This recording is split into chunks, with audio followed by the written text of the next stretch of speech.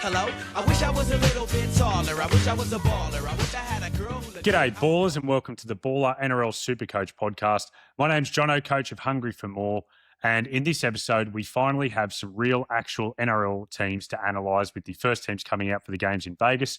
We are also going to be doing a big Cheapies deep dive, going through the best and worst Cheapies to help set up your SuperCoach team this year. Supercoaches like to joke that round one is like Christmas Day for Supercoaches when it comes to Teamless Tuesday. Well, I guess that makes this Christmas Eve, where if you've been a good little boy or girl, mum and dad might let you open up a present under the tree. And thankfully, I've got a couple of good little boys with me to help me unwrap the presents that are the teams in Vegas. First up, he is the self-proclaimed head honcho of the Baller podcasting arm. He is a four-time in a row top 500 finisher, including 23rd last year. He is the coach of the Terrace Crew. Matt Ricks, how you going, mate? Good, mate. I just want to pick you up. This is probably the third time you've called me the self-proclaimed head honcho of Baller. There's no self-proclaimed about it. I am the head honcho of Baller. So I don't know where you're getting this self-proclaimed from. If you want to come to Baller Towers and have a look, mate, come see for yourself. That's very much put me back in my box there. Watch yourself, new host. I'm Exactly. Still the big dog around here. Correct. How are you, mate? You excited? Ready to get into it tonight? Oh, mate, I'm pumped. I've been riding all the wave of emotion of TLT round one. You know, it's 1 o'clock and Trey Mooney's apparently been benched and teams blowing up. And Justin Holbrook telling everyone that Smith and Brown are going to be his halves, and then he's named Fletcher Sharp, which I think we all agree is the right move. It's just, fun and games.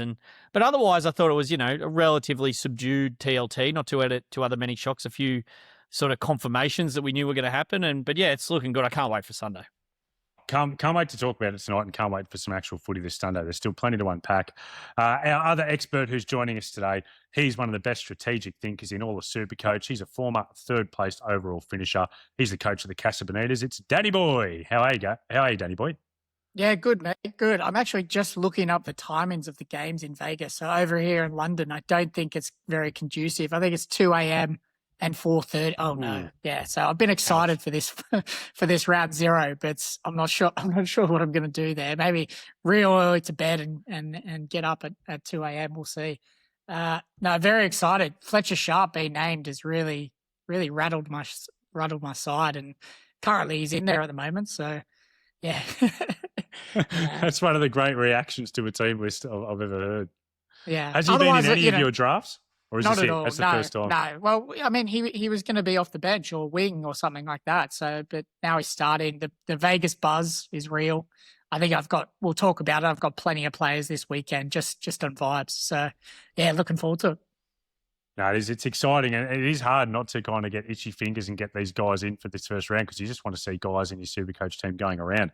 But we will try and help guide people through which ones are the right ones to have. Before we do that, first of all, just a reminder, we say it every week, the community continues to grow. The Ballers Only Discord. If you want to get in there and be a part of the conversation with Matt, Danny Boy, myself, as well as our other Baller contributors, and just a whole bunch of great people who love SuperCoach, head over to ballr.live/Discord. It's BALLR, and it is absolutely pumping. It was going off during the team list today. And also just a reminder to please get out there and follow us on all our socials. You can search for Baller NRL on X, Facebook and Instagram, and search for Baller SuperCoach on YouTube and TikTok. We always appreciate those people who take the extra little bit and like, follow, comment, subscribe. Every little bit helps push us into the right algorithms, and we really appreciate it. Matty, you also have some big news you want to share over from baller.live. What do you got for us? I do, mate. We're pleased to announce that the Big Baller Prize League, everyone's been asking, where's the Prize League? Where's the Prize League? Well, I am glad to announce that the Baller Prize League is back for 2026, and it is a monster. It is $10,000 in cold hard cash, $7,500 to the winner, $1,000 to second, and $500 for third to fifth. It is the biggest free to enter SuperCoach prize in SuperCoach land, away from obviously the 50K itself for winning SuperCoach. So just absolutely mad if you don't go in there. Go along ballr.live. That's the only way you can enter. So you have to join. You have to sign up for free at ballr.live. No, it doesn't cost anything to join Baller. Doesn't cost anything to join the league.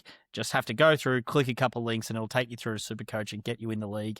All signed up, mate. So already got a few just trickling in, but we're doing the official sort of launch tonight on the pod, and you'll start seeing a little bit of social media about it. Yeah, beauty. And with that as well, Matty, I'm assuming myself and Danny Boy eligible to win those prizes. and you Yes, are out. You're ineligible. Correct. Yeah. So if you're on the payroll at Baller, then you're out. But if you're not, like you guys, then you're in. So anyone's eligible, except those at Baller Towers, mate. Beautiful. You got any other news for us, Matty, outside of the big league news? I do. We've got a big release going out tonight, and this is actually going to come tomorrow. But I'm pleased to announce that we're launching Team Builder and Rate My Team. So this is a first, I believe, in SuperCoach, but going to be able to go along here, and you're going to be able to put your team in. You're going to be able to look like what it looks like with salary left. So, you know, those times when you build a squad in SuperCoach, but it won't let you put it in. So see how far short you are. I can do that. I can switch out my player here. Like I got Harry Grant. I'm showing everyone on YouTube for though on audio. So get along to YouTube for a preview. But it's going to be in your sweet little hands tomorrow on ballr.live in the team builder section. I can go in and I can trade Harry out here for Brayley if I want to. It's all very user friendly. I'll be explaining more in the Discord as we go. But the best bit about it is that it's going to show your projection. So no more of this, no more of the SuperCoach projections where they're just off the historical stuff. You're going to get a really great full team projection for the week. And then also we're going to get a team rating. So once it saves in here, I won't go through all of it now because it's not quite ready. I don't have the final version. The boys are about to release it. But you can save your team, and then you can do a Rate My Team, which will spin, and then it will get you one of these amazing cards, which I will share now for those on YouTube, to share with your friends on social media. So you'll be able to get a team rating. It'll say up here, as we can see, 6.8 out of 10. Those are relative to the season, so it might be hard to get a high team rating initially because obviously your squad's going to get better over the course of the year with better players. But you're going to be able to select your captains and vice captains and put it through, and it's just going to be an amazing tool to both help you build your initial squad, but also during the season, and then show the strength of your team based off the ball projections, which are incorporating AI. So it's great.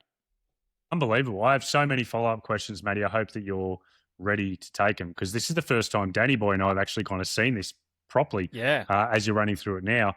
Looks unbelievable. The biggest thing there for me is I was going to ask, but you've answered it, is it saves your team to your baller account throughout the year. So when you're actually in there making trades, you can see up-to-date projections with your team. That's right. So very cool. So it's really going to be useful. So you're going to be able to find your team, like you're going to be able to pick who you want. You're going to be able to save your team name and then update as it goes along. It's not linked directly to SuperCoach, but we think it's just going to be an amazing experience for the user. And also just being able to get that rating, compete against your mates, see who's got the best rated team, share that on social. And it's very user friendly. I don't want to explain too much online now, but I'll be able to answer any questions in the Discord anyone has about it once we launch. So yeah, very excited, mate. And that's the Baller Team Builder and Rate My Team. I'll give you one more question. It's not a technical question. I saw that your team was rated a 6.8 out of 10, and you kind of justified that by saying it'll get better as the year goes on. With you boys at Baller Towers experimenting, you and the Boffins, what's the best team rating that you've seen? What's the best score you've seen someone get so far? Well, the best preseason team I've seen is actually producer Gramsy. You got a 7.4. So, that's about, I think if you can hit in the sevens, that's going to be a pretty strong team. You haven't let me have a crack yet. No. Correct. You and your Fletcher Sharp-led team haven't had a go yet. Hey, that looks like if you remember last year, the baller projections were vital coming into back end of season, like how good they were, how relevant, how many things they take into account. So I'm really excited to get on that. Every draft I do, once this opens tomorrow, we'll be going through that team rating. All right. Well, fellas, as exciting as that is, I'm ready and excited to get stuck into some Teamless Tuesday. We're going to start with the first game in Vegas, the Knights and the Cowboys. And I think one of the biggest talking points to come out of it is that Kalen Ponga is named fullback. That's not a surprise. But Sandon Smith wearing jersey number 14, and according to Barry Toohey, and for those in the SuperCoach and Rugby League world, if Barry Toohey says it, it's usually true out there in Newcastle. Ponga's going to goal kick at 608K. Matt, how are you feeling now about Ponga as an option? Look, I think if he didn't get injured in preseason, I would be locking and loading. There's just this niggle in the back of my mind. He came back from that Liz Frank over the off season. They put him out of the back end of last season. Then he was training at full pelt. And then he all of a sudden was back in a moon boot, and he hasn't played any preseason. He hasn't had a preseason effectively, it seems. I'm just concerned that we're just not gonna see the real KP. In saying that, with these fullbacks being relatively overpriced under the new stats system, he's obviously well in and comparable. The question for me at fullback 2, I think what everyone's locking Kinney in at fullback 1 is Turbo or Ponga. You're sort of going up to those risky, a bit higher price guys, or are you going for a grey Failongo? So I'm not ruling KP out entirely, and I do feel like I'll get a bit of FOMO there. But yeah, I'm uncautiously pessimistic. Mm-hmm. Danny boy, what's your early take on Ponga? I don't mind Ponga. I don't mind the flyer. The injury is a concern, and the fact that there are 2 500k guys that could match him quite comfortably to start the season at fullback as well. I'm probably going to dodge. If I don't take Fletcher Sharp, he's a bigger consideration, so I wouldn't take both of those guys. I just think Fletcher's probably the one. He's coming in fit preseason. He's got the 6. So yeah, I'm going to leave Ponga for now probably. I'm going to have a look. I'm going to build a team tomorrow with Ponga as my fullback and just see if I still like what I can get around it. At the moment, I had the Kinney Failongo double, but just keen to see how my team depth still looks if I go with Ponga and spend up a little bit more instead of Failongo. Danny boy, I want you to talk us through, obviously, Fletcher Sharp, we mentioned names starting 5'8". I just want you to take us through your thought process. 731k, it's a lot to spend on a 5'8" for the Newcastle Knights. Why is he currently in your squad? Well, the main reason is because Dylan Brown was named at halfback, so he's not going to get the duel now. So that's really thrown my plans out. I don't really like Munster to start the year. I think there's a little bit of not risk, but I mean he's probably the other option with those 2 premiums. And then you're going down to someone like Cody Walker, and I just can't bring myself to trust a Cody Walker Pezet dual 5'8" combination. So I want some cash there just in case. If Fletcher Sharp is a pod and he absolutely kills it, we know he can keep going at a high intensity and a high output. So yeah, if I get him early, get ahead of the game, and he goes well, then people are trying to catch up. Yeah, big pod only in 2% of teams at the moment, so it's a good pod for you. Matt, what is your take on Dylan Brown, named halfback, no dual? Does that effectively rule him out as an option for you, or do you still think he's okay to carry as your halfback 1 or your flex? No, it rules it out for me at halfback because I'm a bit concerned as well now about just the shape that the Knights are going to throw. I think they're going to throw him on the right, given that Sharp is a more predominantly left-sided player, and obviously Ponga is a more predominantly left-sided player. So if I was going to see there, I just want to have a look at how that shape is going to go before picking up deal bags. Sharp is much more appealing to me because of the scarcity at 5'8". There just aren't a lot of good options. So yes, the price is big, but I think that you can, like as Dan said, get a bit of a jump on the pack, and I think he's clearly the best option 5'8". He'll be the top score. I think he'll be the top scorer in 5'8". Potential, he's obviously priced. top scorer. Potential, yeah. So I think he's a good pod play. Trey Mooney, Dan, and Matt alluded to this at the top of the pod about the rumours that circulated around 1 o'clock today that he was going to be coming off the bench. Supercoaches were trading him straight out of their side until the team's dropped, and there he is at starting prop. Dan, does it give you any concern that with these rumours there might be something to him? You come to game day, he's off the bench, or maybe he won't get the minutes we thought, because we all kind of had him as a bit of a slam dunk option, dual position player. What do you reckon? Yeah, I think he still is a slam dunk. I'm trying to figure out ways not to bring him in because of the plethora of, you drop down to some of the 300k guys and high 200s that are available at front row and second row. There's a lot of ways you can go, and he is that mid-range. Historical data tells us he's just an absolute PPM machine. So look, he's starting. That bench makeup is good for him. Sandon Smith in 14. Tommy Cant is a back rower as well as a middle. So he's, and then you've got some backs in that, I think 18 and 19. So I think you've just got to get him to start the year and hopefully he keeps that PPM up. Matty, what do you make of Jermaine McEwen? He's got that starting position. He was kind of well talked about at 408k but dropped out of a lot of people's plans when he came off the bench behind Tommy Cant in their last trial. Dan mentioned the bench makeup. They got Cant, who's a utility / middle. They got 2 genuine middles, and they got a utility on that bench. Do you see McEwen getting 80 minutes, and do you think he needs 80 minutes to be relevant at that price tag? No. The answer is he might get 80 minutes. Maybe. I don't know. The answer is, does he relevant? I think he's relevant with 65 minutes at that price tag.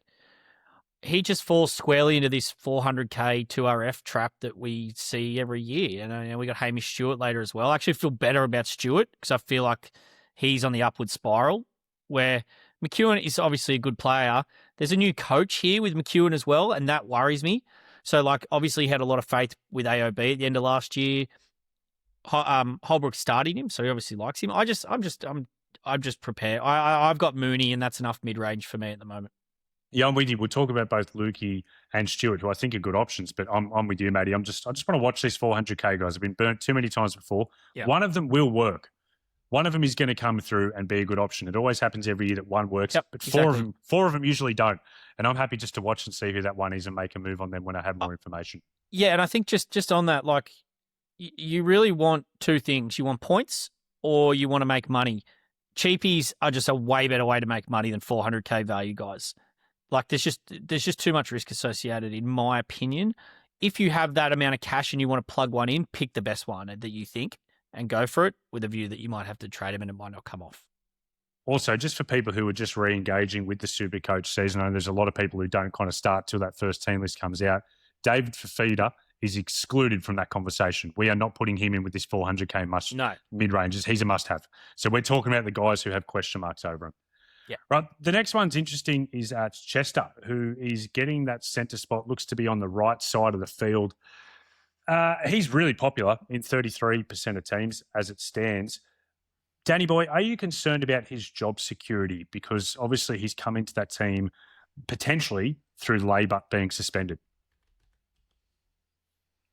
A little bit, but I'm not enough to turn me off picking him up to start the year, and I'm going to play him as well. All talks are he's an absolute jet. So if the Cowboys start fast, and we know they've got a good draw as well, if they're winning games, he's probably keeping that centre spot. And I think he's definitely playable this week against the Knights. So I really can't see a world where you don't pick him up to start with just because he's bottom price. And I think you got to take most of those bottom price guys. Matty, I saw you nodding along, which means I'm assuming you agree with Dan's point. Yeah. I want to ask you a different take on the question then. I'm seeing in the Ballers Only Discord in the team advice section, a lot of people putting through lineups with him as their fullback 2. How do you feel about the risk? Obviously, I think we're all in the same boat about him being worth taking in your team, in your 25-man squad. But how do you feel about him as fullback 2 with that slight risk? Look, obviously, this is just not a thing that could have happened under the old system. Look, I don't love it, but I also don't hate it. I did have him as my fullback 2 for a while when the stats first changed. I've sort of come around to a bit that I want a bit more upside from my fullback. So Sewer or Jai Gray or Ponga can provide that rather than going for that extra 600k centre wing or have that, just having the bonus centre wing there. I would advise against it, but I wouldn't try to put anyone hard off it. I think I would. I think it's too risky. I'd go hard off it. I just think that if he does get dropped, I think fullback is too valuable of a position to have someone there who does nothing. And I think if you have him in your centre wing and one of your fullbacks is underperforming, you can always push him down there and then bring in a different cheapie centre wing who's firing as well, if it does look like Chester's going to work out. So I am more anti it than you. I don't think I like it. I can understand it. It's new. It's new, isn't it? It's not something that you would have ever considered. So I think, I to be honest, I haven't gone back in hard for it because, there's just so many centre wings that I want but can't get. So that's the only thing keeping me close to it. And there's not a lot of fullbacks I want. Yep, fair enough.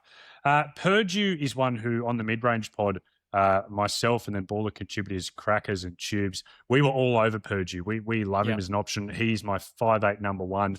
He's named at centre. which I think is really good for him. I think it means he's going to get a few of those last touch assists.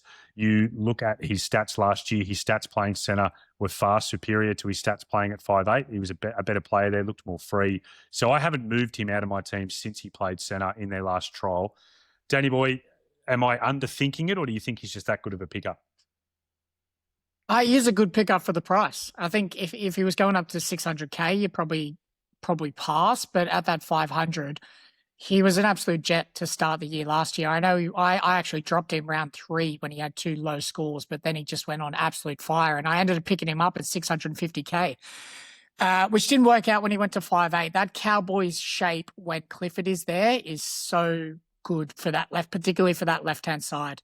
And he just finds the try line. Yeah, I mean, every kick they put through seems to be Johnny on the spot. He's going to be benefiting from the new try assist rule as well at centre. So and the jewel is handy, Jono. You said it to me, this week. That's going to be really helpful, particularly with a bit of unknown around 5'8" this year. Matt, if owning Purdue, would you own him at centre wing, or if you own him as 5'8", the spot to get him in? 100% 5'8". I think that's the most appealing thing for Purdue is that he is an easy move if you want to get a prevailing 5'8". It gives you a lot of flexibility to bring in Fletcher Sharp, or it gives you a lot of flexibility to bring in Cody Walker. Sort of some of these guys that you might not be able to afford or might not be sure if you want. I like that as a trapdoor to move him down to centre wing if he's performing, or you can sell him. I don't like him at centre wing, just given that I think his price is only just like so. Like, I think there are better value picks at centre wing. Thing I like as well about that is that I'm not going to run Pezet in my team as it stands. My plan is not so I'm going to run Purdue and Cody Walker. Matt, we'll get into Pezet later because I want to hear your thoughts. I don't want to do it now, but we'll get into him in our cheapie section. But what I like is that if Pezet really fires and one of my centre wing cheapies isn't or gets dropped, I can just move Purdue down into that centre wing spot and then bring in Pezet. So I just feel like it gives that little bit of flexibility and insurance, which I really like. Reed Marnie, I'm not even going to take your comments on him, fellas. I think a line, let's put it through Reed Marnie. Sonny Luke named on the bench at number 14, which means Reed Marnie's likely not going to get 80 minutes, which to me means he's completely irrelevant. He's in 30% of teams, so 30% of super coaches are going to have to get in there and get him out of their squad. Helam Lukey is the last one out of this game, fellas, for the Cowboys. 404K, 16% of teams currently. Danny boy, what's your take on Helam Lukey? Helam's in my side at the moment. Love that. I'm hot on him. I was gonna come into that mid-range chat, but I think we spoke about it a bit too much there. But he has got the most upside of any of those mid-range 400Ks. On potential, he could be anything, right? And he has a ceiling. We've seen him go 100 in the small amounts of sample sizes that we have for his SuperCoach scores. He has got 100 a couple of times. So I really like Helam Lukey. And if you're going to pick up Cowboys, like start of the year is the time to do it. They've got a great run coming up. So I am definitely on Helam Lukey. I can see a world where you don't pick him up. I don't mind that strategy. And historically, the guns and cheapie strategy has worked out well. It also really helps for you to fix your side if things aren't going well. But I'm happy to take a punt on him this year. I almost don't want to talk about him because I know what will happen. He'll end up in my SuperCoach team as soon as this pod's over because I'm a big fan as well, Danny boy. For me, of these guys that are around that price range, he is the best and the one that I think is the safest. I reckon he's very big chance of getting 80 minutes for the Cowboys. I loved how in the trials, and again, before anyone says it, yes, they're only trials, we know, but I like that they were looking to give him one-on-one opportunities near the line. It was almost like played into the game plan. In both games, he did score, and I liked the way that they aimed him up for that. There's no one else to go to in that pack. Like, as in, you're going out to, obviously, their jet backs, but he will be that short option every time, and they'll be looking to feed him. Yep, and he's got a couple of good halves who like to throw a short ball to their back rower too. All right, let's get into the second game of round 0 in Vegas, the Doggies versus the Dragons. And one that came out that people suspected wasn't confirmed. Kiraz has been named in the team. He's been battling some injury issues over the off-season. He's at 12.9% of ownership. Matt, I don't think I can start with Kiraz that price coming off the injuries, especially when there's some centres out there who may get a bump under these stat changes. Would not shock me at all if Kiraz is the highest scoring centre wing in the first month. He's just so good. The changes don't really impact him. I think he's gone up a little bit some I haven't checked why recently, but yeah, the injuries just enough to put me off. The other thing, which I don't think I've heard mentioned, but for him in the context of Kiraz, is Crichton is going to the left. So that's not good for Kiraz. Stephen Crichton, best top 3 center in the world, moving to the other side of the field. So he gets Sherry now on that side. So I think that can only be detrimental to his attacking output. Yeah, it's a good point, actually. And well, that brings us neatly to Crichton, who is currently sitting in my SuperCoach team. Left centre, he kicked goals in the trials over Matty Burton. Matty Burton has been named, but he's not going to take that kicking off Crichton. So I just think that him on that left edge, the Bulldogs' left edge is actually quite dynamic. They run some nice shapes out there with Billy Kickow doing some things as well. I think he's a fantastic pickup. And for me, this is the year that Crichton becomes a genuine SuperCoach gun. I think he's going to be a 700K plus price player by the time we get to Origin. Danny Boy, what do you think of Crichton? I like him. I do. There's a little bit too unknown for me. If they didn't have the round 2 bye, I'd be much more keen to take a flyer on him. But I just think there's a little bit too unknown about how the Bulldogs attack is still going to shake up. I know they changed it up in the trials, but I just want to see it first. So I'm not that keen to start with him. Same with Kiraz. I mean, Kiraz injury by round 2. It's going to be hard for him to be the top scoring centre wing with that bye in round 2 for the first month. But I think, both of them a little bit just up in the air with the attack, and I want to see it play out first.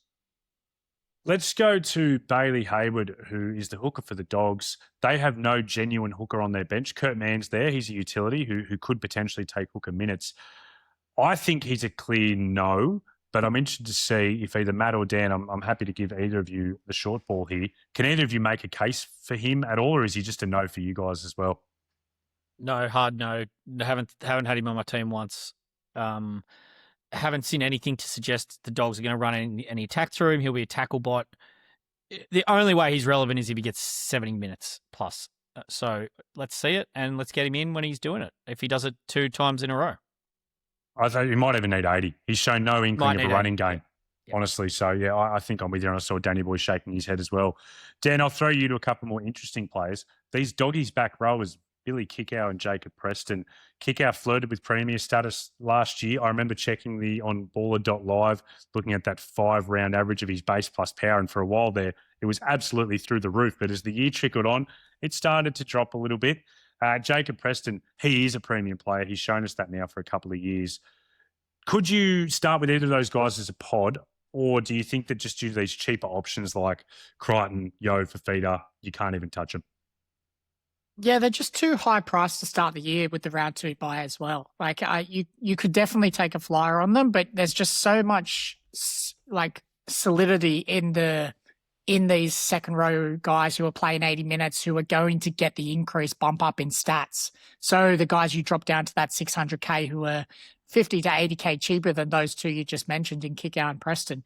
So I just think you've got to drop down to those guys because they're nailed on for big minutes, tackle machines, just a bit of make that solid and maybe pick up pods in the center wing who are going to go on runs early on. Yeah, nice. Matt, Setu too, now we're onto the Dragons. He is a 201K cheapie playing on the right wing there. There's also reports that he's going to be outside Val Holmes, who apparently trained at right centre today. How locked in is to your team?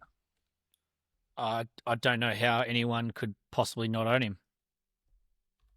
Perfect. Dan, Yep. anything extra to add, or you just with that, just get him in? No, he looks good. He looks like he's got some nice conducive base plus power stats as well. So lock him in. The question is, do you play him? I'm a bit torn on that one.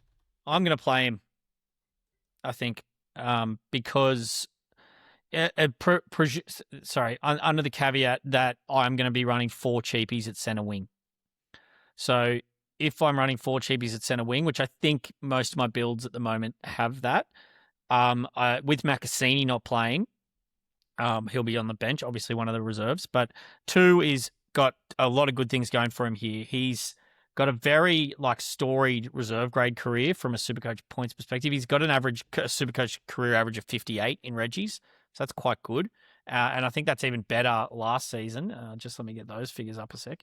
Yeah, so he averaged 61 in reserve grade last year, so including 33 in base plus power. So So, fine. I'm plugging him in. He's outside Val Holmes. The other bit is we know he's there. We know he's in the team. He's playing in Vegas. You don't have to worry about him next week. He's there. This is exactly what happened with Tamale last year. Not saying he's going to be as good as Tamale, but that worked out very well for everyone who played Tamale first week. I'm a big advocate of if they're a good-looking cheapie to play round one, then you play them. Yeah, I agree. In Vegas, I mean, sorry. Yeah. Yeah, I think for me, it's him or Chester. I'm running with 4 cheapies as well, and I think 2 has just shown me more from a Supercoach perspective. He does look to have a friendly game. I do want people to keep in mind with those stats that Matt said, little grain of salt. He was playing for the Warriors last year, who were a gun team, and obviously the Dragons aren't going to be that. But what was encouraging about what you said was that base plus power. Yep. And he's 27 coming in with a point to prove. I like it. Danny Boy, reports that Val trained at right centre. We mentioned that. Does that make him a better or worse option for you? I really don't like this hamstring strain in January. It completely took him out of my side straight away. And the way I'm running my team this year, I'm just not really bringing in anyone who's had a preseason injury. Hamstring as well. You're way more likely to do it again quite early on. So if he goes down, it's basically a wasted trade. So look, he'll be a gun premium centre wing. He'll average in the top 5 for centre wings for the whole year if he's fit. I just don't like the injury history at the moment. I want to hear your perspectives, fellas, as Sharkies fans on Dan Atkinson. You guys will have watched more of him than me because his figures aren't super outstanding at all as far as Supercoach goes. He had 14 games at 5'8" for the Sharkies where he started and averaged 45. He's also got had a bit of a low floor at the Sharkies. He had 6 games with scores under 35 in his starting games. What am I missing, Matt? Like, I think he's obviously going to make some cash, but do you think he could be a real breakout player as the starting halfback for the Dragons? Maybe. I think it's more likely that he's not. I think like he's not a complete rookie. We've seen a bit of him in NRL. He's a good player. I was annoyed to lose him for the Sharks' depth, but I can see why he wanted to leave. And I'd be surprised in a poor Dragons team, or certainly expected to be poor, if he's the man to sort of break out and do really well. In saying that, he should have a good role. So let's see. Is he just going to be parked on the right? If that's the case, then maybe it's not going to be so good. But yeah, I you know me, mate. I'm always probabilistic. I think it's unlikely that he does break out. Will he be a good cheapie? Potentially. I think so. It's just hard. We're going to get to him versus Sanders later, but it's a tricky one for people wanting to run a cheap second halfback. Yeah. On to these Dragons forwards, and there's a few to discuss. First of all, we've got to discuss Danny Boy's favourite pair of brothers, and that includes his own brothers, Matt and Tubes. This is Dan's favourite brothers. The Couchmans, Touchie and Rouchie. Danny Boy, their bench makeup, they got 3 genuine middles on the bench in their team. They're not necessarily big minute ones, but there are 3 genuine middles. And then they have Rouchie on the bench as well. How do you feel the minutes shake out for Touchie and Rouchie? And I know Rouchie spent a lot of time in your side. Is he still in the Casa Bonitas after this TLT? He's not. I really want him to be there, Rouchie. Like, on paper, he can match anyone for the, particularly for base points. But he's just not guaranteed the minutes. That 4 forward bench, maybe it was expected. Hamish Stewart at lock, maybe a bit unexpected. But he was an absolute gun last year as well. So I could see Flano trusting him to take those big minutes and maybe just easing Couchie back in for the season as well. If a few injuries go his way and he makes his way into the starting side, or you start to see him at 45 to 50 minutes, he will churn out some cash. I would expect with 45 to 50 minutes, he could be a potential 55 to 60 averager. But I just can't do it. I can't, like, even though he is bottom price at 230K, I just can't start with him.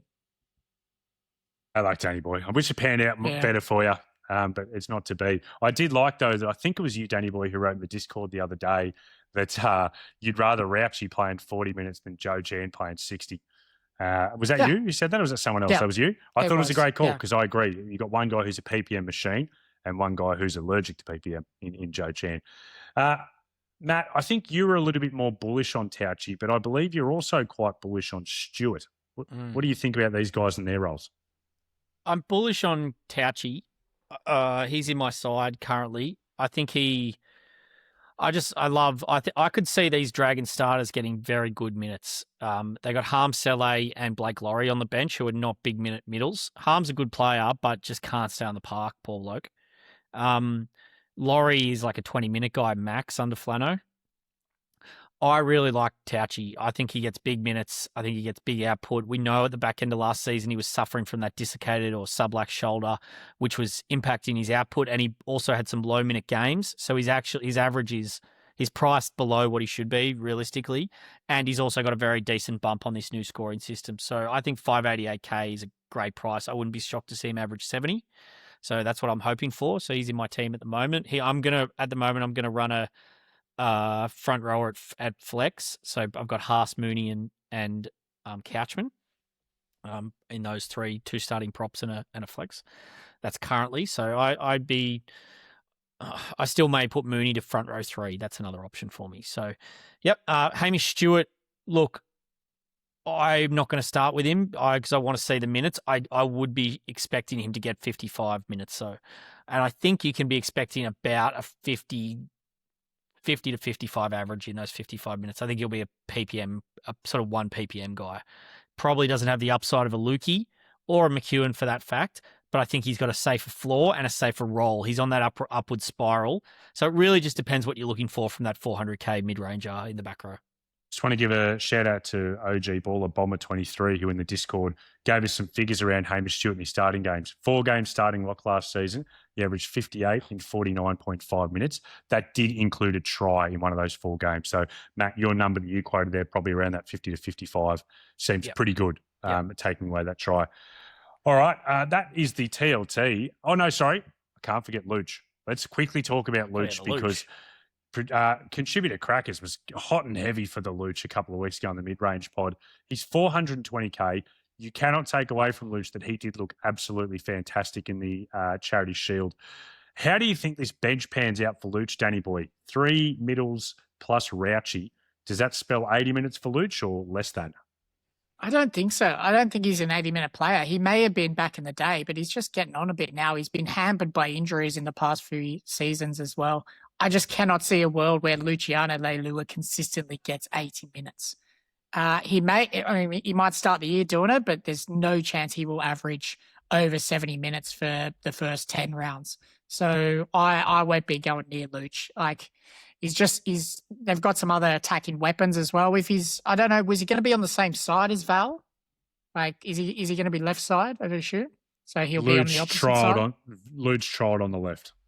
Yeah, so, yeah, look, maybe in a world, I can see a world where Luch gets off to a flyer because he is a powerful, powerful man, but he's just too much risk for me early on. Tell you what, if you're someone who's planning on starting Touchie or Hamish Stewart, you'd want to hope that Luch isn't getting 80 because otherwise if Luch is getting 80, they got 4 middles coming off that bench. I do think, I agree with you, Dan. I think Rouchie, is going to take some minutes off Luch. Fellas, let's round out our Vegas Teamless Tuesday by getting into our baller blueprint brought to you by baller.live. And this week, our topic is Vegas team discussion, some quick fire questions. I want to know from you, Matt, as it stands in the Terrace Crew currently, how many players do you own over there in Vegas out of these 4 teams? Okay, so currently I own Trey Mooney, Fletcher Sharp, Tommy Chester, Setu 2, and Toby Couchman. So that is a grand total of 5. Hold on. Fletcher Sharp? Did you say that earlier? I thought only Dan had Fletcher Sharp. Is that a surprise twist? So I've had Chanel Harris-Tavita as a placeholder for Dylan Brown for so long that I had to make a trade at 5'8", and so I've gone for Fletcher just for now. I don't know if Fletcher will definitely be there, but I've got the 2 cheapies in centre wing, 2 and Chester, and then Sharp, Mooney, and Couchman. Danny boy, how many do you have? I have 7. That seems quite high, but at least with Vegas, you know that these guys are in the teams. Like that's the issue is just still a few unknowns to come out for TL2 next week. So at least you know they're starting. You know, we generally think we know the roles that they're going to play. I am, as I said, hot on Helam Lukey. I really like the Cowboys to start the year. And they've got some great options. I'd say the argument against that, Danny Boy, is that it maybe reduces your flexibility. Yes, you get more security knowing those guys' name, but does it potentially reduce your flexibility when the teams are named next week?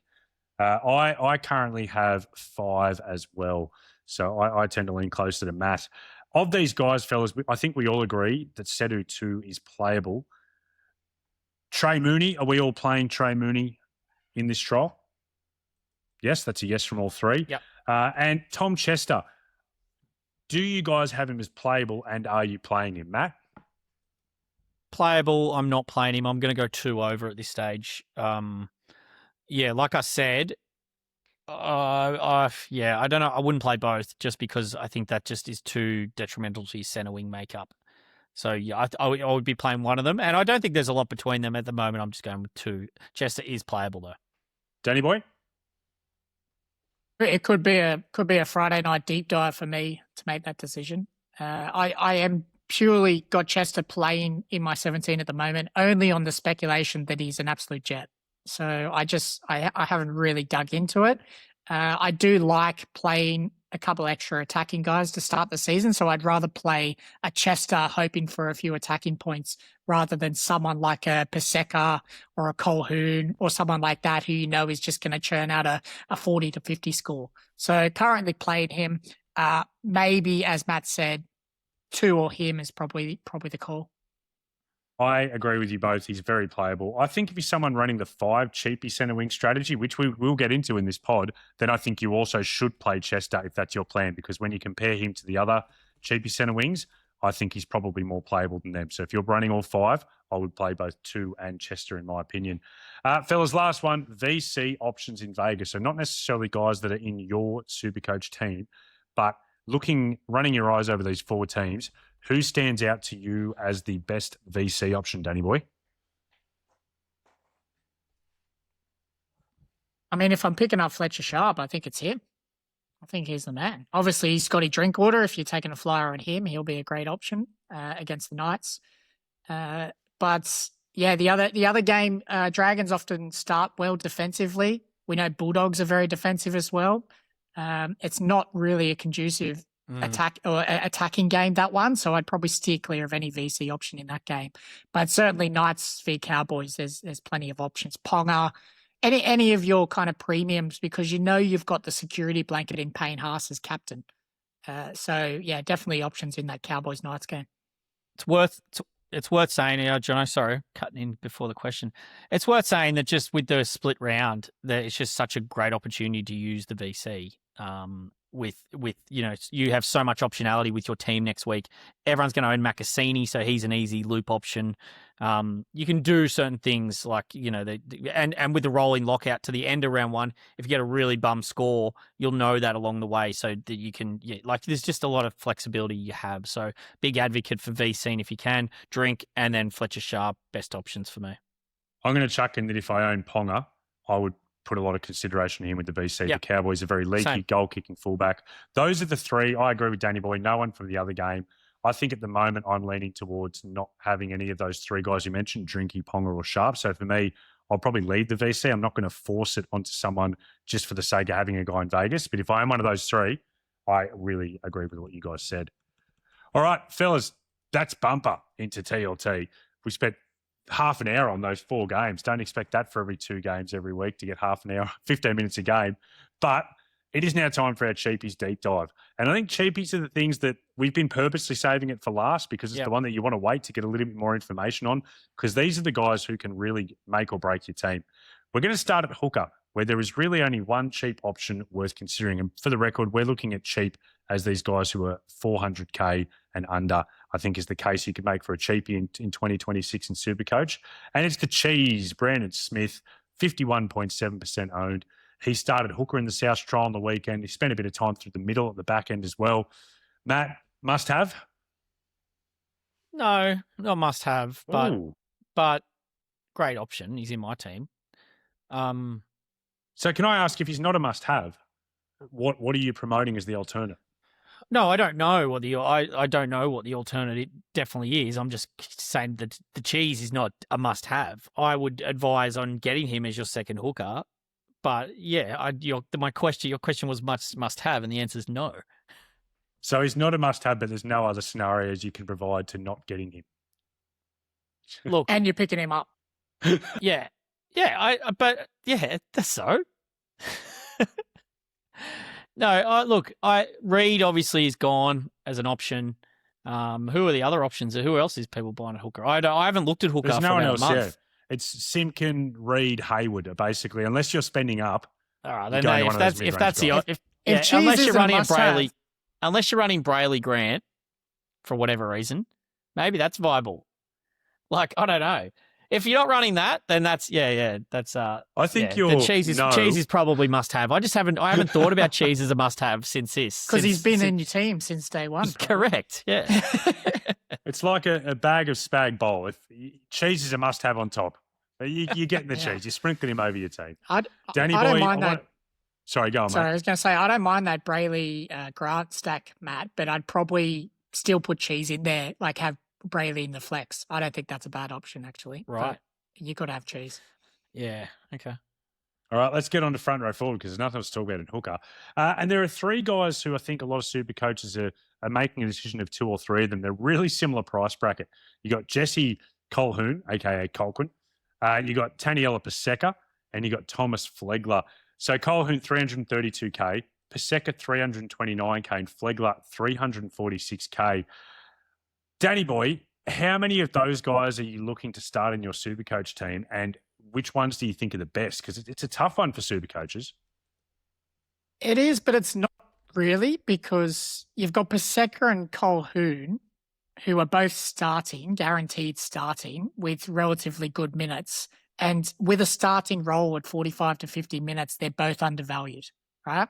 They're very secure as well. It's a bit like, investing in the S&P 500. These two are just going to make that 100, 150K if they stay on the field. You don't even have to play them, but you can play them as your 16, 17, 18th man as well. So very easy to get, low 300s. There's not much doing, I think, for going lower than that unless you're going to enough. So very easy to put those two in the team. Flegler, he's going to be eased back, I think. We've talked about it previous pods. Dolphins have a big forward rotation. They've also got the likes of Max Plath to come back, who takes big minutes through the middle. So Donahue plays through the middle as well. When JMK comes back, there's just way too much up in the air for Flegler. So I think you're probably just missing him this year, but I wish him all the best in his season coming back. It's a great rehab. All right, Matt, I was going to ask you about who you prefer, but now I want to know, Matt, do you know what an S&P 500 is? Because I don't. I do know what the S&P 500 is. What is it? Jono. It's the market index on the US stock exchange for the top 500 companies. There you go. And Yes. What is it? All the big boys. It's big boy season, right? So all the big boy season, big boy and company. They're always just going up, man. Always going up. All right. Yeah. Now, Matt, I will ask you, because I think I agree with Dan about Flegler. So let's cut him off there. I think the other two are better options. How many of those do you think would you advise to start with? And if you were only advising one, who would your pick be out of Colquhoun and Paseka? Max 1 is the answer to that out of Colquhoun, Paseka, and Flegler. If I had to rank them, I would definitely have Flegler number 3. I think Paseka and Flegler are the same, but like Dan said, Paseka just has a much more defined role. He's going to be a leader of that pack. I can't really see. I think Flegler. I think Paseka will be a good cow. I would be shocked if he's not getting sort of 45 minutes, which should see him average 50 points. So that's pretty good. That's pretty good going for 329k. Colquhoun is interesting because I think he is by far and away the best pick while McInnes is out of these three. Then what happens is everyone probably thinks he's going to go back to the bench. So it's a question of when McInnes comes back. But could we see some big minutes still for Colquhoun even when McInnes comes back? Like, is there room for him in the front row rotation as well? Sharks got such a good front row that it's probably unlikely. But I think that I think Colquhoun's the most likely to make fast cash. In saying all of this, I would prefer not to run any of them. I don't love 350k front row forwards as front row forward 3. I would rather have Mooney, or I would rather have, dare I say, no, I'm not sure about this because I don't love him, but Curtis Morin is 260k. And just for that bit cheaper, I think Moran's going to get good minutes. So, like, maybe 40. So, look, I hate spending money. I'd rather go up to Mooney or down to enough and a sub 300 front row forward 4. I just think it's a bit different this year because the forwards and the big boys are going to get that uptick. So they're going to make cash a little bit faster. So you can go up that little bit higher as well. You're definitely right about Colquhoun. Sharkies have such good middles coming off the off the bench, sorry. And Talakai there as well runs through the middle. Obviously, he can play everywhere. So I don't expect him to be a 55, 60-minute guy. So he could get stuck at that 400K. So I think I'd probably lean towards Paseka if I was choosing out of those two. Yeah, that's interesting. Yeah, I agree, Dan. I think for me, my ranking is I've been on Jesse Colquhoun probably the whole off-season, but I do think now that it's coming down to it, I am very much on Paseka as the safest option. Just looking at the minutes for Colquhoun for the Sharks last year, he played 5 games of starting lock. He went 49 minutes, 35 minutes, 39 minutes, 39 minutes, 49. Not huge minutes as the starting lock for the Sharks. And he scored at less than a point per minute in those games. So I think for me, Paseka historically scores about a point or just over a point per minute in his career. And I feel good about him getting 45 to 50 minutes. So for me, he's the safest. I want to now, just before we leave front row forward, first of all, how is Jack Hetherington still in 18% of Supercoach teams? Get him out. He was on the extended bench for the Storm on the weekend. If you're listening to this and you own him, gone. But I want to unpack the Nuff strategy a little bit more. It's been coming up in our Discord a little bit about people who might be owning 2 of these guys we just spoke about, Colquhoun, Paseka and Flegler, and they're sitting them in front row forward 3 and front row forward 4 because their thought process is they're guys who I can play if I need to. They look like they're going to make a little bit of money. Matt, can you just talk us through your philosophy? You've been big on it for years. I'd say ahead of the game in this regard about that front row forward 4 position just being enough. Enough meaning a player who will not play NRL this year, and you're basically laying the position. Yeah, it's about maximising the squad value that you can get into your 18 players on the field to start the year and not carrying the extra 100 or 150K on a player that might make money that you probably don't want to play. It's the difference between going from a Jackson Purdue to a Fletcher Sharp to start the year at 5'8", to be honest. So that's the kind of trade-off that I'm looking at when I'm going, okay, I'm going to go Nuff. The second reason is, so that's reason number 1. It's trying to maximize your 18 to start the season. So I'm going to give you 3 good reasons, Jono. Second reason is that it is good, particularly good in this new flex world, to have someone who you can loop for your vice captaincy options. So having someone who generally will play later in the round, as Canberra, for whatever reason, tend to do. They don't get many Thursday or Friday games. You can bring Miles Martin on. Spoiler alert, Miles Martin is my Nuff at front row forward, dual, 201K. Thanks, Miles. Who can come on and you can captain and you can loop that score, and it's just vital. I can't really ram that home enough that you can't do well without a decent loop strategy, vice captain. If you want to learn more about loops and vice captaincy loops, please come in the Discord and we'll tell you all about it in the captain chat channel. I'm sure there's people who don't really know what it is, but that's fine. Just please come in the Discord, baller.live/Discord. So that's reason number 2, Jono. Third reason is this year particularly, there are a lot of good cheapies. Now, you're saying, Matt, there are a lot of good cheapies. Why do you still have enough? I only have enough this year, Jono. I could go without enough this year. Like, if there was a little bit cheaper options at front row forward, but there are not. So I like the idea of having one enough to start. This year, though, I would think about not starting with enough if there were just one more cheapie at front row forward, despite what else I said. So I think that one enough to start the year, and that being Miles Martin, is the right play. I agree with everything you said. I'm going to throw to Danny Boy. Is there anything you want to add to that, Danny Boy? No, I just think you could go either way this year because of the new scoring system. Historically, back in SuperCoach, back in my decades, like cash was absolute king because you knew any high price player you get, there was just that, solidity in these guys just averaging large. And now I think it's more about getting players on the runs. And if we saw, and someone on the Discord might pick me up on this, but I'm pretty sure if you looked at the top 10, top 20 SuperCoach rankings throughout last year, they weren't necessarily the highest value teams. So a lot of them were still not highly valued compared to some of the teams down lower. So do you need to generate cash off every single player? Probably not. In saying that, I think some of those big boys are going to generate enough cash quickly that you don't have to worry too much about that. So I think it could go either way, and having enough, I've always been an advocate for enough. Very nice to have one in your side. The last thing I want to add on to that is when you're selecting your enough for the people who are going to do it and have been convinced by Matt and Dan there, you want to pick one who's dual, a front row forward, second row forward, so that you can flip them between positions. That's really key. You want to have someone who gives you that handy dual status that you can flip around as you need to throughout the year. Sorry. Matt, you mentioned Miles Martin for the Raiders. They actually have a lot of early games this year. I don't know if it's because of their success. Right. The first 10, 11 rounds, they have a ton of Thursday, Friday, Saturday games, less Sundays than previously.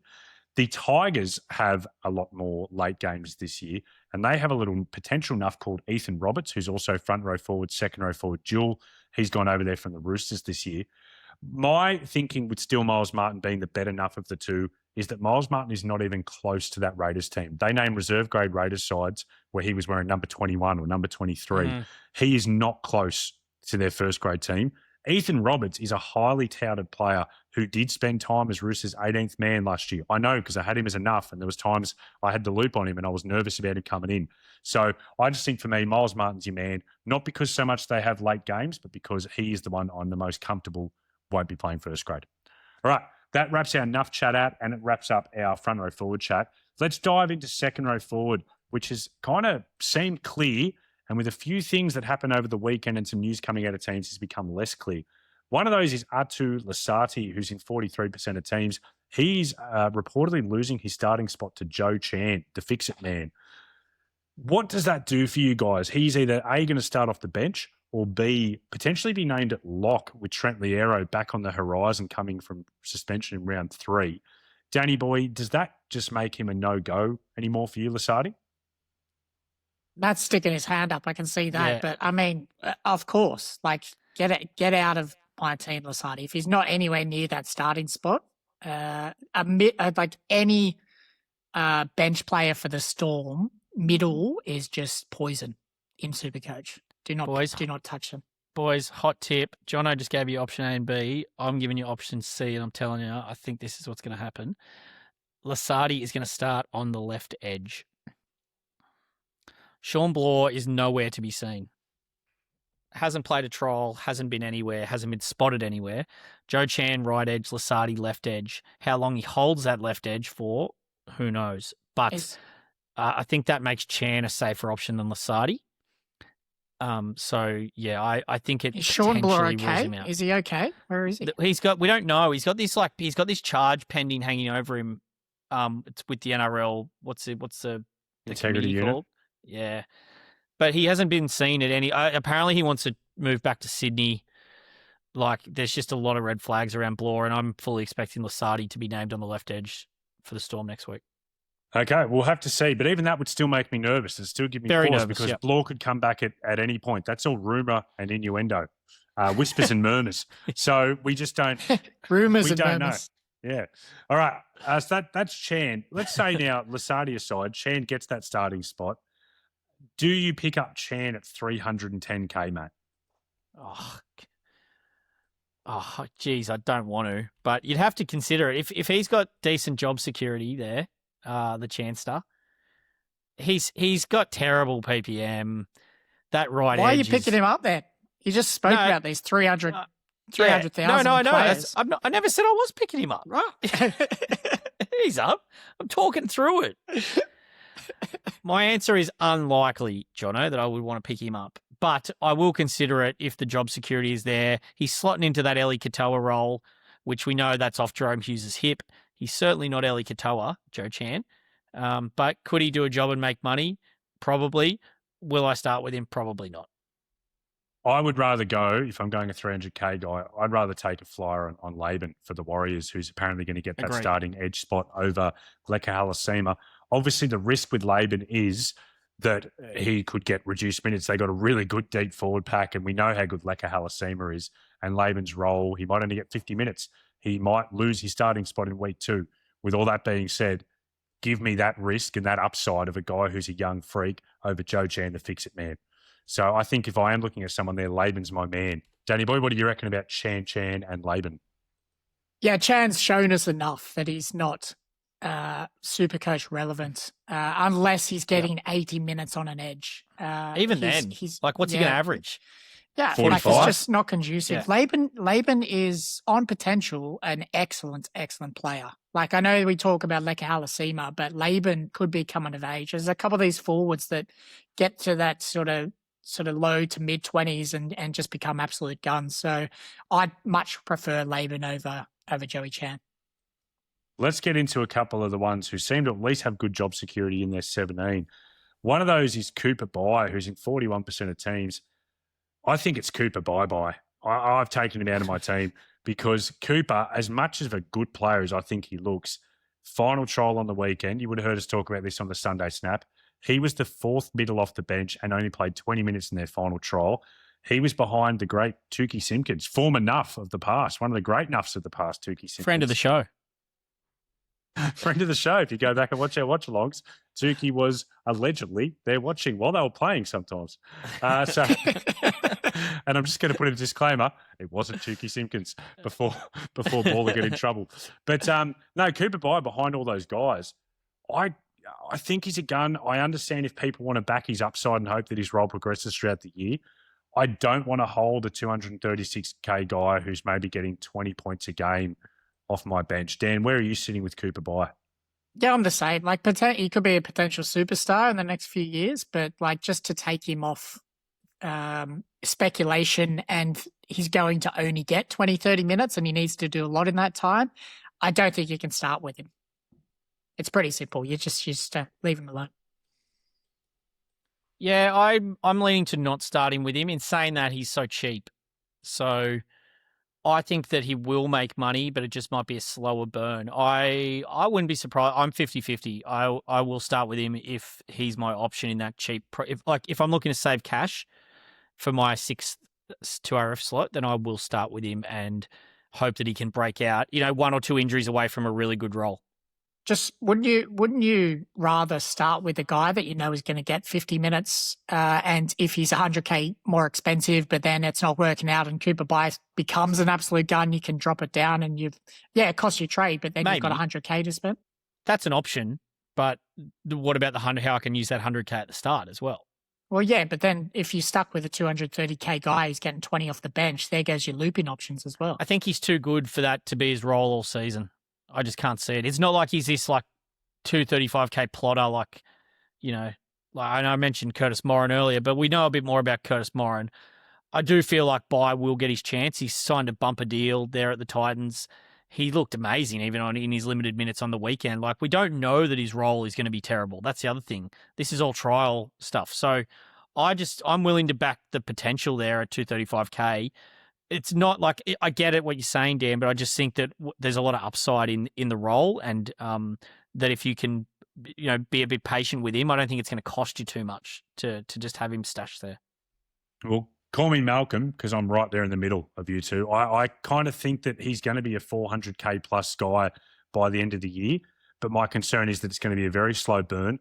There's going to be weeks where it causes you headaches around your AE, particularly early on, where I know that one person drops out of your side, but there's also always that HIA or injury risk, and then suddenly Cooper Bye's in your squad with a 20.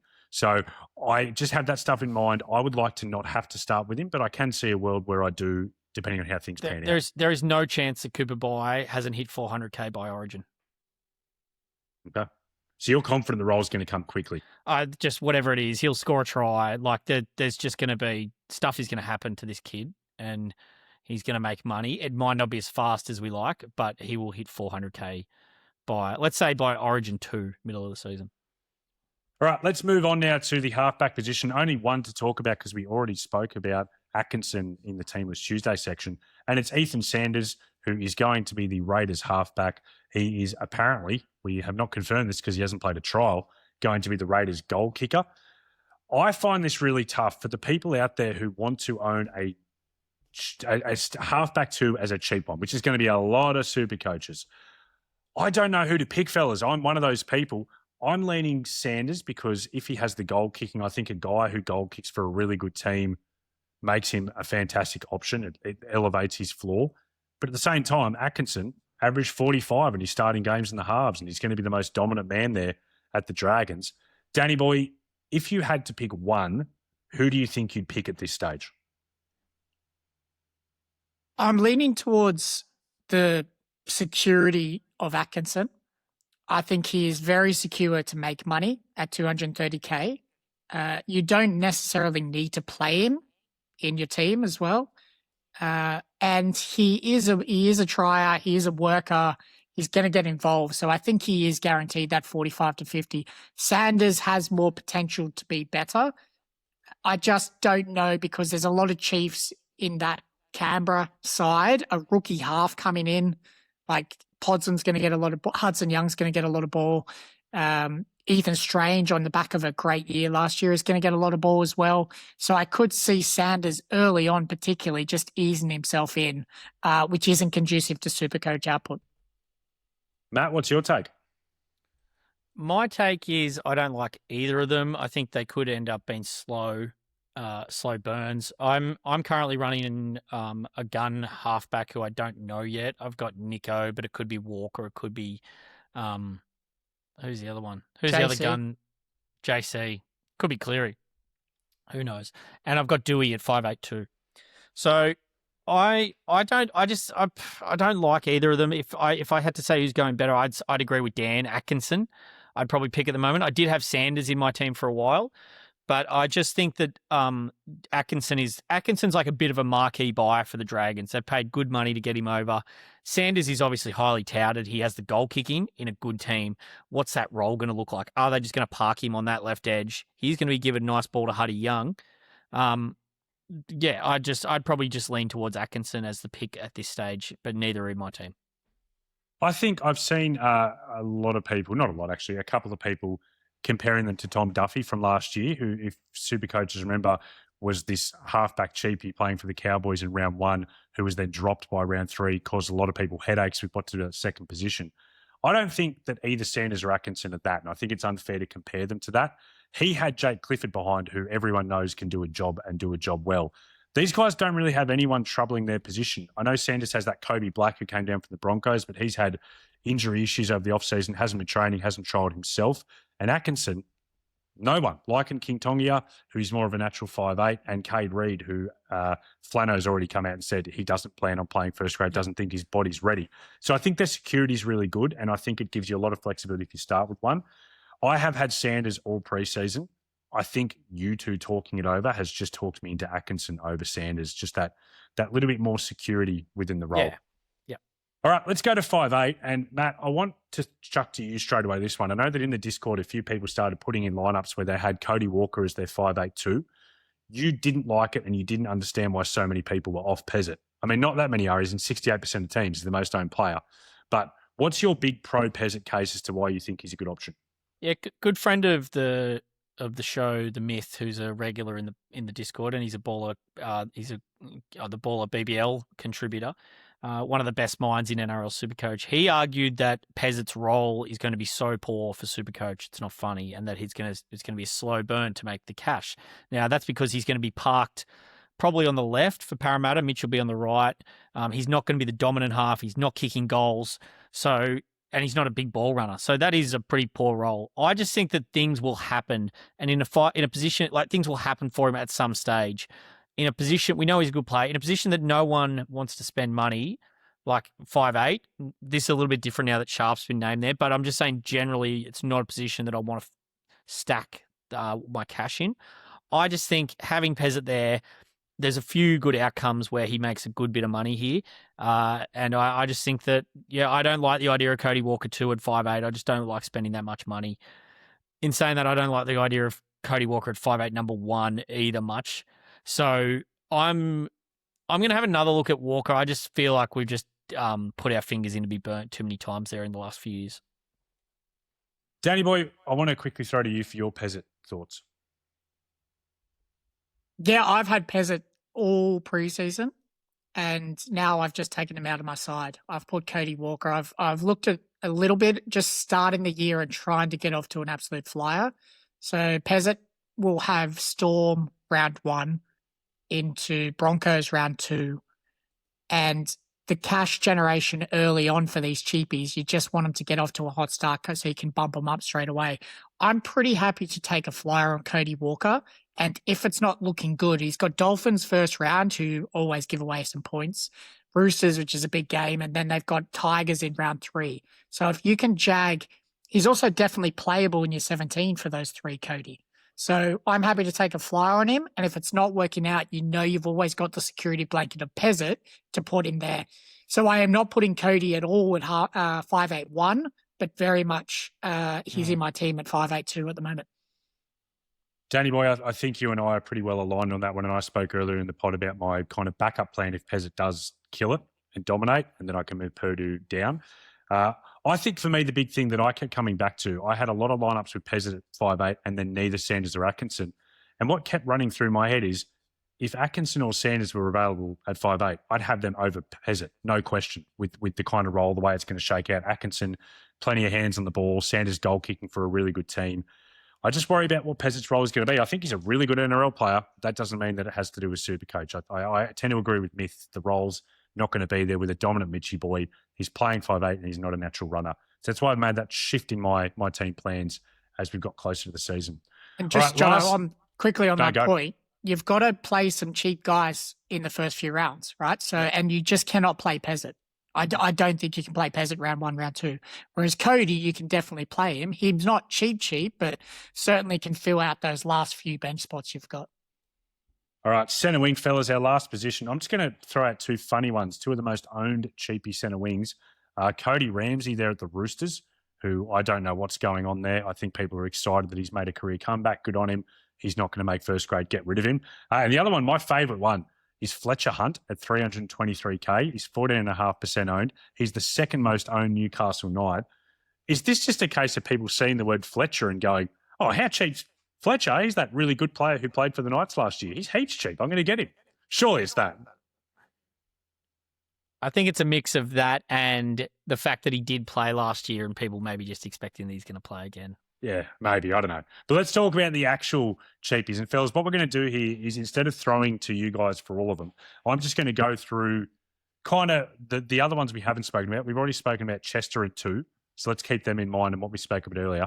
But we're going to talk about the other 3 really relevant ones, Makasini, Faeamani, and Leo. And then I want you 2 at the end to give the ballers listening a ranking from 1 to 5, 1 being who you think is the safest and best, down to 5 who you think you're least likely to have into your SuperCoach team. So the cheapies that are still left on the table, Makasini, boom winger for the Tigers. We saw what he did in his 2 trials, scored one of the great trial game tries. The case against is they have a round 1 bye, so we don't know that he's going to be named. And there is potential job security issues with Jarrell Skelton sniffing around as well. We have Faeamani at the Titans, who was leaked early in the preseason. He was going to be the go-to man. He started both their trials on the right wing. He had mixed form across the trials, looked a little bit more comfortable in the second trial. And there are not many outside backs available at the Titans right now. So you'd like to think his job security might be okay. And finally, there's Moses Leo, who has come into calculations with the injury to Xavier Coates. Leo is looking to play most likely left centre, is how he's been training and how he trialled last week with Nick Meaney training on the wing. He had fairly mixed trial form himself. Zach Lomax is sniffing around. We don't know when that's all going to wrap up and if he's going to go to the Storm soon. So we already spoke about Chester and 2 at the top. There's the case, kind of some for and against for both of those guys. Matt, I'm going to throw to you first. What is your official ranking from 1 to 5 of those 5 cheapies? Okay. Cheapie rankings. I'm going to go for Setu 2, number 1. Danny boy, can I actually just say we'll go 1 for 1. Danny boy, who's your number 1? 2. 2 is 1. Very nice. All right, Matt, who's your number 2? Sorry, can I just clarify that the 5 are Makasini, 2, Faeamani, Leo, and Chester. Yeah. Number 2 for me is Makasini. After what we saw the other day, I don't think there's any doubt now that he makes the team. He could get a he's 18, so things can go wrong. There's no doubt. But I just think that with the upside, he looks eminently playable every week. I said in the group chat he looked like Jonah Lomu. And yeah, I don't know. That was freakish. So yeah, he's rocketed up the rankings to number 2 for me. Danny boy? Look, he's not number 2. I got Chester as number 2. But if you ask me who out of those 5 centre wingers I'm picking first in my side, it's Makasini. Like As in to play? No, not to play, but just as in that's why you play SuperCoach, to watch guys like that. I think he's just going to be so exciting. So he's going to be in my side as a cheapie ranking. In terms of all the information we have, I'd be putting Makasini at number 3. So Dan's now done his top 3, Matt. Do you want to come back with your 30s? Yep. My 3rd is Faeamani. Ooh. So I'll go away from Chester. I'll explain him in a minute. But yeah, Faeamani is starting.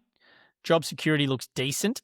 The only issue is I think the Titans are sniffing around Jesse Arthurs. I'm not sure they'll get him, but they are sniffing around a winger. So what's the trust like there? But yeah, I've got him as 3, just like good job security. He hasn't looked great in the trials, but they're trials. So like, let's see him in the NRL. All he has to do is fall over the line, hopefully a couple of times in one game, and you're off to the races. So I think he's a very good cheapie. He hasn't left my side since it's been announced he was going to be in the team. Well, Matt, you keep going. Who's your number 4? 4 is Chester. So Dan's points are all relevant around Chester. The thing with Chester for me is that he is probably 50% chance to not be in the team for around, is it 2 or 3 when Laban comes back? So he's got a lot of positives that he's in the team this week for round 1 in Vegas. We know he's there. I've got him in my squad. I just think his job security issues put him way down the list here. I've got him a clear 4th, nowhere near Faeamani, if I'm honest. Danny boy? What did I say? I said Chester 2. So I've got to go Chester 3. Makasini 3, I think. Yeah, I said Chester 2. I don't think I actually said my number 2, but Chester was my number 2. Sorry. Just on the potential, and I think he is going to solidify his spot. But you know, you're definitely right. Laban could come back in. Todd Payton is a bit random. He dropped Drake Clifford after winning 6 in a row or something last year. So who knows what he's going to do, even if they are winning.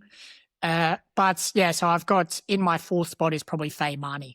I just don't know enough about him. His trial form hasn't been great. He looks like a likely lad for a bit of base plus power, and it looks like he's guaranteed for that wing spot. So he's in my number 4. So you both have Moses Leo as number 5, and interestingly, I do as well. I own 4 of these centre wing cheapies. Moses Leo is the one that I don't own. It's funny though, isn't it? Because I left centre for the Melbourne Storm at 236k to start the year. In previous years, there's no way any of us would have passed him up. So Matt, very quickly, why have you got Moses Leo as your number 5? I don't think he's very good, first of all, from what we've seen. Like, we've seen a bit of him now. He doesn't look that great. But number 2 is like just Zach Lomax. Like, is where? Like, you know, is he coming? Like, I think it seems like that all parties except for Parramatta kind of want him to be there, including the NRL. Unless we get more info, I can see Leo being a bit in and out. I don't think Bellamy is going to be that enamored with having to play Moses Leo. Look, if we get more information and we see a bit of that his role is shored up, then yeah, he could be an option, no doubt. I just think at the moment of these 5, he's at the bottom for me. Fellas, bumper episode. We've gone through team lists, we've gone through cheapies. Hopefully the ballers out there in the community got a lot out of it. Just a reminder, Matt, start us off with the new baller features that are coming out. First of all, please get in there, join that 10K league. The prizes are awesome. It takes you seconds to join through ballr.live, BALLR. Get in there, click on it, and join up. You are crazy not to, for the chance to cost you nothing, chance to win some big cash. And do not forget that launching tomorrow morning, did you say, Matt? As Wednesday morning? Yeah, Wednesday tomorrow. We should be up with Team Builder and Rate My Team. So looking forward to seeing all the Rate My Teams on social media, and particularly in the Discord. It's going to be humming. There are some other the stats are all getting refreshed, and of course the baller projections, the world famous baller projections, will be out for round 1. Either probably by the time you've got this wrapped around your ears, this pod, go and check for all the round 1 projections. It's so important now with the new stats and data. Can't believe Jono didn't even announce that we have the new data as well. We've done a deal with Stats Perform, who are supplying the official SuperCoach data for the live experience for baller.live. You are going to get Good. the fastest live scores in SuperCoach from the official source. It cannot be better. Matt, incredibly exciting. So pumped. And the fact that it's the only place to go is awesome for everyone at Baller. Can I just say, though, that you can't believe I didn't answer it. I texted you asking if I could, and you said no. So I think it was pretty clear why I didn't answer, but it is amazing news, and I'm glad. I'm glad that's out there. I've sold you down the He river there, served you mate. up there. Yeah. All right. The contract signed, Jono. When I text you, the contract was not executed. It is now signed. Beauty. How good. So the match centre is going to be the fastest around all over again. It's going to be great. Matt, any chance of some Baller merch, maybe a little cap or a little shirt for the person who can get the highest scored team in the team builder? Well, I don't mind that. The only problem is we're doing the rebrand, aren't we? So it's going to be the old merch. But yes, a young GI shirt for the highest ranking team that I'm going to say that it's got to be the highest ranking team that you can get after this weekend. So with your Vegas players in it, there'll be a Baller young GI shirt for the winner there. Has to be posted in the Discord, so you've got to be on the baller.live Has to be in the Discord. Yeah. Beauty. We will be back for our next episode on Sunday. It'll be Tubes Night for the Sunday Snap, reacting to the trial game, well, not the trial games, the round 0 games in Vegas. We were coming back with our rage trades, our ready to explode players, but this year we are sourcing them from the community. So please, if you are interested in doing that, get into the Baller Discord and get to the Sunday Snap section, and please type it in, and we will try and give you a shout out on the pod. We're also going to be doing a Q&A on the Sunday Snap as well, so get into the podcast questions area, chuck us in, and Tubes and I will do our best to answer them. Danny boy, how good. Well done getting up in London. I hope I'm chatting to you live during those Vegas games from 2 o'clock and 4:30 on Sunday morning. You will be. Sunday morning your time. But absolute pleasure as always, Danny boy. And I enjoyed the little bit of friction that you and Matt had at times tonight. It was very, very fun for me to sit back and watch. Matt, can you please take us home? I didn't think there was actually that much friction. I love debating SuperCoach with Danny Boy. I just say I had a few suggestions for the Baller app and the Baller website, and I just got shut down by Matt through the week very quickly. So a little bit of a chip on my shoulder, coming for the head honcho, and he did sell you down the river there, Jono. That was pretty bad. All right, So do better, Matthew. Bring us home. You beauty.